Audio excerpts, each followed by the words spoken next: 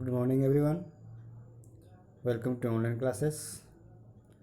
Today we are going to study the first chapter of Hindi grammar book, and the first chapter is भाषा।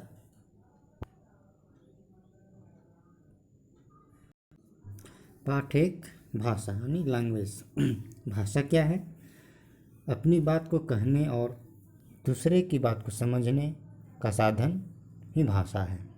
जैसा कि चित्र में दिखाया गया है, माँ कहती है बच्चे से, बच्चों एक किसान था, उसके 4 बेटे थे, उसके चारों बेटे मेहनती और दयालु थे।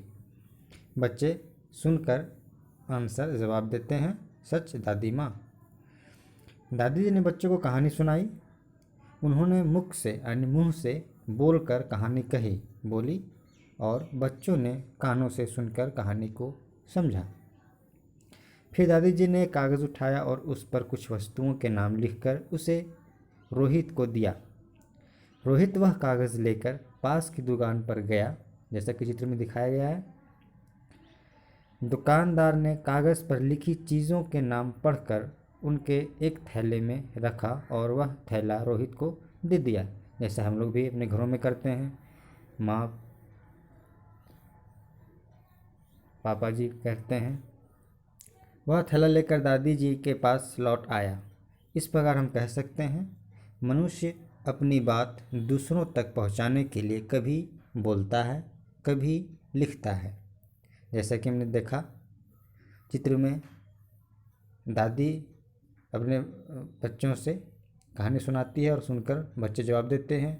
फिर वह एक कागज़ में लिखकर कुछ देती है और दुकानदार उसे पढ़कर फिर थैले में रख देता है और सामान देता है।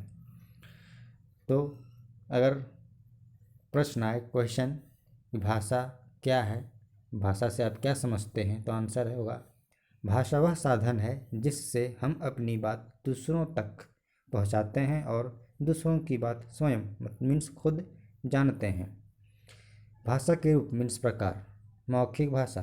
पहला, मौखिक भाषा।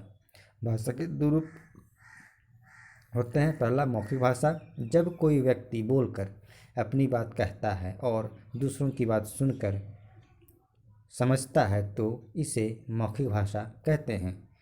इसके उदाहरण हैं वार्तालाप मीन्स बातचीत जो करते हैं, भाषण जैसे नेतागण देते हैं, गायन मीन्स जो गाना होता है, बजता है, म्यूज़िक सुनते हैं और समझते हैं, वाद विवाद मीन्स झगड़ा जो भी होता है वो बातों से ही होती है आदि।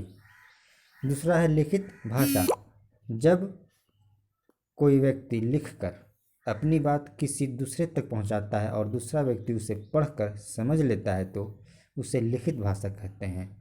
उदाहरण है समाचार पत्र मीन्स न्यूज़पेपर, जब आता है तो उसमें लिखा हुआ रहता है न्यूज़पेपर में, उसे हम लोग पढ़ते हैं और फिर समझते हैं, तो यह लिखित भाषा हुआ। पत्र मीन्स लेटर, चिट्ठी जो होता है उसमें भी अपनी भावनाओं को, अपनी बात को लिखकर दूसरे तक भेजते हैं और वे वहाँ पढ़कर उसे समझते हैं, फिर उत्तर देते हैं। संदेश, पुस्तक आदि ये सभी लिखित भाषा के उदाहरण हुए। तीसरा, संकेतों में। संकेतों को समझने के लिए भी हमें भाषा की जानकारी होती है, जो ज़रूरी है। जो हम लोग इशारे में बात करते हैं, ये सांकेतिक भाषा कहलाती है। लेकिन मुख्यतः भाषा के 2 ही रूप माने जाते हैं, मौखिक भाषा और लिखित भाषा। हमारे देश भारत की राजभाषा हिंदी है, किंतु देश के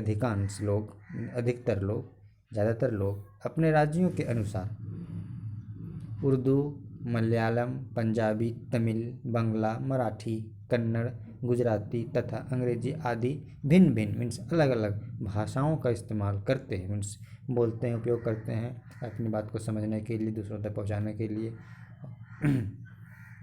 जिस भाषा को हम अपने परिवार या आसपास के लोगों से सीखते हैं वह मातृभाषा कहलाती है।